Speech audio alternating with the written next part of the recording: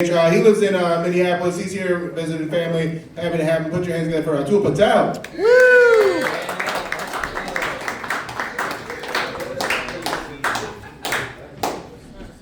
All right, thanks everybody. It's an honor to be on after Pope. Let's put it that way. I know I'm here visiting from Minneapolis. I wanted to come somewhere warmer, so it's working out pretty well. I used to live in the Detroit area for 13 years, and believe it or not, I didn't get murdered once. But in Detroit, I learned all black people don't look alike, and then in Minneapolis, I learned all white people don't look alike, so that was kind of nice. But I moved to Minnesota because I have an affinity for passive-aggressive people, and my favorite color is white. That's for the snow and ice, of course. White people get uptight about that joke, but I can say that joke because I act like 80% white. And I've done a 100-mile bike race, and I love beer and cheese way too much, so I think I qualify. And I grew up on the mean streets of North Olmsted. but no, Minnesotans are interesting because they're very like passive aggressive, right? But Clevelanders were active aggressive. So like we honk our horns and we look you in the eye when we insult you. So it's a little different. You guys should visit there. See what I'm talking about. But no, people there are like mostly introverted, and it's kind of annoying, I think. So I have a joke about introverts because I don't understand why some of them are comedians. It doesn't make sense to me. So two introverts walk into a bar, and nothing happens. Thank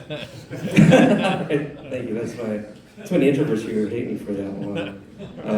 But no, they speak English differently out there too. Like they say parking ramp instead of parking garage, which is kind of weird. And you know that game Duck Duck Goose? They call it Duck Duck Gray Duck, which is either racist or ageist or both. And nobody seems to care. But I was on Instagram the other day and I commented about how people in Minnesota don't accelerate fast enough to get on the highway like they do in other states I've lived, Ohio, New York, and Michigan. And a guy from Minnesota commented and he said, "Why don't you go back to Ohio, New York, or Michigan?" And I thought, that's refreshing.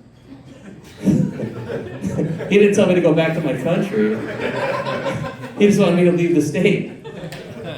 So he's either mildly racist or a statist. I'm not sure. I'm feeling a bit of a doubt. But no, I used to be an engineer. No surprise there. But not IT, at least. But I worked at that car company, Saturn. Remember Saturn? Yeah, thank you. It used to be called a different kind of car company. It went out of business, not my fault. But I was always a different kind of engineer because I could talk to people and I could pick out my own clothes and I liked to dance, so that was kind of unusual. But eventually I became an entrepreneur and I just wasn't managing my time well. It just wasn't getting enough done for me. It's a nerdy joke for the rest of you. So then I had to fire myself. And I became self-unemployed, which wasn't a good thing. The benefits sucked for that. Eventually, I had to pay the bills. I got a job as a product manager, and it's where you like manage the products and what products you're going to sell. And I worked at a company where they made instruments that measured pollution. It was kind of interesting, but you know, at the interview, you got to pretend that you're interested in the job or excited about it.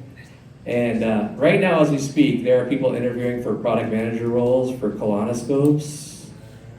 And they're saying things like, "I'm really passionate about colonoscopies, and I want to make colonoscopes improve the experience." Do you have any colonoscopy fans in the audience? Woo! Okay, just joking. But no, I started doing comedy on the side because I wasn't getting enough applause in my day job. I'm still working on that. That's supposed to be an applause break, but whatever, next time. But I never told people at work that I did comedy because like being funny is like not being taken seriously, right? And that's not good in meetings.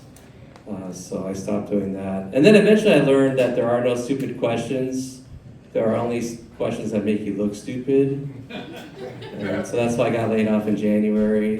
And now I'm a full-time comedian and producer. Please follow me on Haha Masala so I can feed myself. All right, thanks everybody. My name's Chris.